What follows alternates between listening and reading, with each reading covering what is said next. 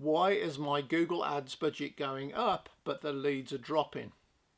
If you're spending more money on Google Ads than you were before, but the phone isn't ringing as much and you're getting fewer genuine inquiries, there are usually a few things I would look at before I'd ever consider increasing the budget. By the end of this video, you'll know the 4 things to check that can help you cut the wasted spend and get Google more focused on generating the inquiries that you actually want. We're going to look at who Google is actually showing your ads to, where your money is disappearing, what you're teaching Google about a good lead, and what happens after somebody clicks your ad. And number 3 is probably the most important, because if you get this wrong, you can actually be teaching Google to go and find you the wrong people. My name is James Roberts. I've been working with Google Ads for over 20 years, and I help business owners throughout New Zealand, UK and internationally to get more leads for their business. Now, the first thing you've got to remember is when you go and find keywords and you put those keywords into your Google account, Google then has to go and find people to match those keywords. And the first thing you really need to look at when you go into your account, every 72 hours, you need to look at what you call the search terms, the things that Google is showing your ad for. And it is important to do it every 72 hours, because if you don't, and you don't tell Google what you don't want, you'll end up spending a lot of your budget. So you go into the back of your search console and you'll see search terms, and that shows what you're showing up for. So let's use a plumber. Let's say you've got plumber and the city name, emergency plumber and the city name, plumbing job, plumbing again the city or the regional name, and then you have to look at the search terms that are coming in. Now sometimes you'll get competitors' names coming up because Google knows that that's a plumber, but you need to say no, I don't want to come up for that particular company name. Then that's what you call negative keyword, and you need to say no, I don't want to come up for that. Sometimes people are looking for plumbing jobs, plumbing courses, DIY plumbing, and Google will sometimes show for anything that has the word plumbing in or your city in. And so what you need to do is tell Google what you do and don't want. There is a list of about 255 terms that we normally put into an account, but you'll still sometimes get the same things occurring, and you need to say no, Google, I don't want anything for jobs, I don't want anything for courses, etc. And I don't want anything for all of these competitors, because if someone's looking for your competitor and typing in your competitor's name, then it's no good trying to get in front of that customer, because they probably already deal with that particular plumber. So that's a negative keyword, and you need to tell Google that you don't want that. Probably the easiest way of explaining this is if you had a salesperson working for you and they came in with a really bad lead and you went, brilliant, great, go and get me some more. That's what you're doing with Google. If you don't tell Google, no, that's not what I want. You need to tell Google what you actually want, what you do want and what you don't want. You have to train it, and it takes a couple of months to train it. But by training it, you'll save money. But most people don't train it, and Google just keeps finding the wrong, keeps associating or showing your ads to the wrong people, because you're not giving it any feedback.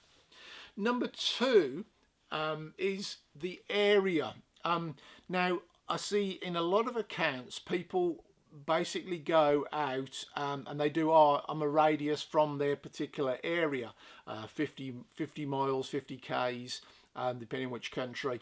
Now, you're better to go and find all of the postcodes for your area. The great thing with AI now is you can ask AI for all the postcodes in your area on a basis of, I don't know, 30 Ks or 50 Ks.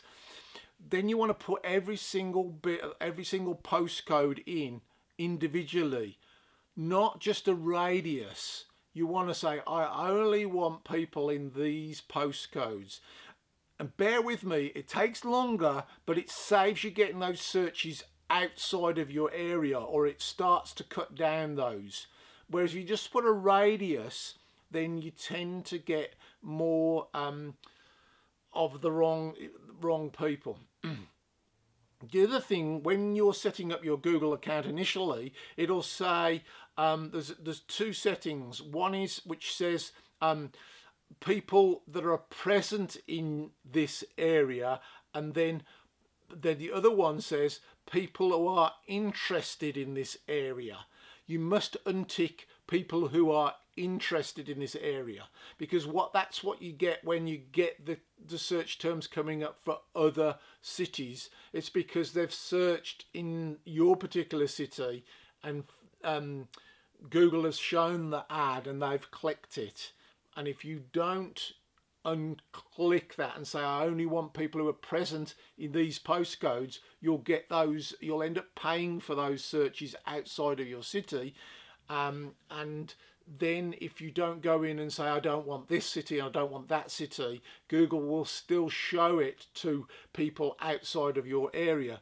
So that can drain your budget. So it is really important to manage your campaign sort of every 72 hours. You must be going in looking at search terms, and you're looking for the out of areas. If another city does come up, you need to be checking that the setting is being set correctly, or you need to say, no, that's a negative city, I don't want to come up for that. You can also say, these are the areas, the cities I don't want to come up for as well, and make it really clear to Google. Because if you don't, it starts to spend your budget. Now, the third one, which I see so often, and I really do know why people get this one wrong, because it is hard to implement, is the tracking. Because Google will send people to your website or your landing page if you're doing it properly, and they will they went to your web page or your landing page, that must be all right. But no, you've got to tell Google all you're interested in is when somebody clicks and phones, or somebody puts a form in. And unless you feed that information back to Google, you're basically blindfolding Google and say, just go and find me loads of people who come to my website or click through to my website. And that's not good. It's again the same as the salesperson I talked about earlier. You're sending them off to find bad leads. You need to train them on what you're looking for and what was a good, successful lead. And the only way that a salesperson would know is they bring you a good lead and you convert it into a job, and you go, yeah, that was a customer. They spent $500. Great, go and find me some more of those. And then your salesperson knows who to go and find, and he'll start looking, and he'll bring you loads of the same, or he'll try and focus on those type of people. Well, that's what you need to do with Google, and that's why the tracking needs to be set up, so that when somebody fills your form out, they'll go through to a thank you page, and you'll track that and say to Google, thank you, that was successful, find me more of these people. Or they click to call, thank you, Google, that's who I'm looking for. Then Google will go and find you more people that are clicking making phone calls and making inquiries. If you don't do that, and it is difficult to do, a little tip there, you can always get the Google partner people who I'm sure if you're running an account you'll get phoned, and get them to set it up for you properly, because that will save you an awful lot of money. And if you don't do that and you don't set the tracking up correctly, you just waste more and more money. This is why campaigns go downhill pretty fast after 3 months, because you're showing your ad to the wrong people, and Google doesn't know what's successful, so it just keeps on bringing you more of the same, and it just gets worse and worse. So those are the three things. The fourth thing that I would say that you need to do is not send your ads to your homepage. You need to send it to a dedicated page which is exactly about the product or service that you are providing. So let's say it's service 1 or product 1. when they click that ad, they've clicked an ad on service one or product one. They need to go to a landing page that's all about service one. What do I mean by a landing page? It looks exactly, it's still on your website. It looks exactly like a web page to most people, but it doesn't have the menu at the top, and it doesn't have the footer at the bottom. It doesn't have any other links on it. It's just about service one or product one.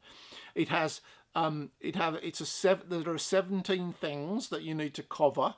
17 points you need to cover on that landing page. But basically that landing page is all about that service and that product. It's got reviews about that product. It's got frequently asked questions about that product. It's got photos of only that product and the before and afters. The whole page is dedicated to that product.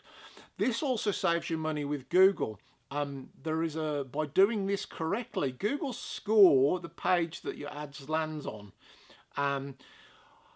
I've already made another video which goes into another 8 things that will save you even more money on your Google ads.